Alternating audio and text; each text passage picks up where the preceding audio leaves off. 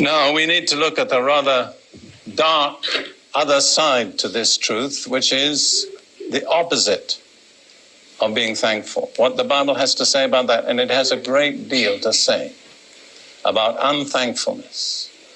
I'll just point out to you what to me are very, very significant statements in Scripture.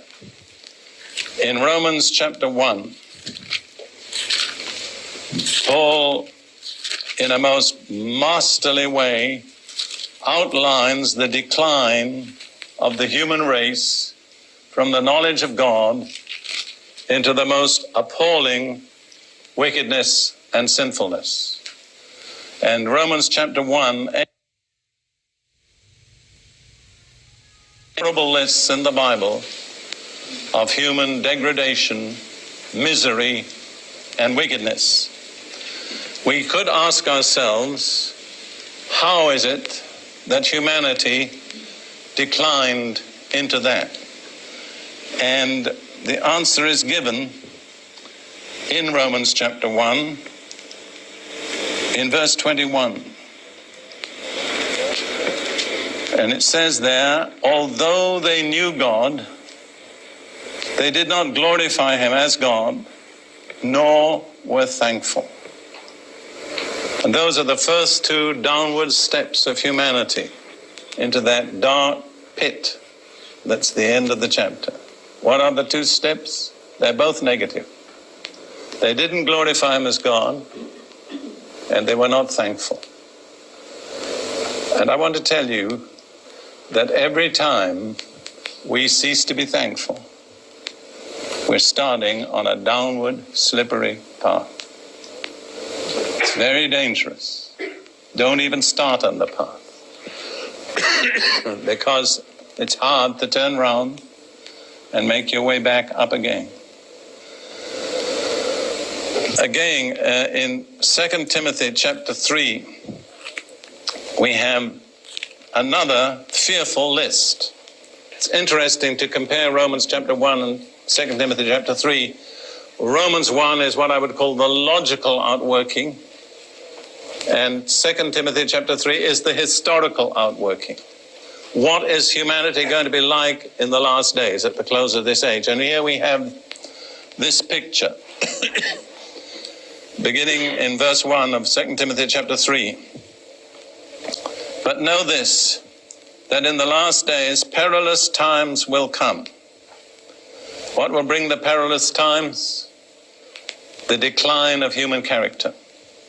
For men will be lovers of themselves. That's the root of the whole problem. Lovers of money, boasters, proud, blasphemers, disobedient to parents, unthankful. What's the next word? Unholy. You see? Where unthankfulness finds its place in the list, next to the unholy. And I have to say, to be unthankful is to be unholy. You cannot be holy and unthankful. And if you are thankful, it's a very great help to being holy. What's the opposite of being thankful? What kind of conduct is the opposite? I mean, you could give a lot of different words, but I think the Bible word is murmuring, or in more modern English, complaining. And I want to suggest to you, basically, if we're going to say anything, it's going to be either positive or negative. There's very little in words which is neutral. So if we are not thankful, we will almost certainly end up being murmurers and complainers. Now, don't ever by any means give any indication, but how many of you lived with complaining people? Don't answer me. One lady raised her head, she just couldn't keep it down. But I think you'll agree it's miserable. Don't be that kind of a person. Let's look at what Paul says in 1 Corinthians chapter 10 and verse 10. I think it's verse 10. Yes, He's warning Christians against falling into the same errors that Israel fell into after they were delivered out of Egypt. And he says in verse 7, do not become idolaters, as were some of them. Verse 8, do not commit sexual immorality. Verse 9, let us not tempt Christ or Messiah. And then he says in verse 10, let us not murmur, as some of them also murmured and were destroyed by the destroyer.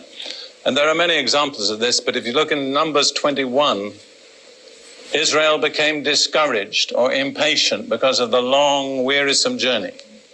And they began to murmur against God and against Moses. And God sent fiery serpents amongst them, and they began to bite the people, and they began to die.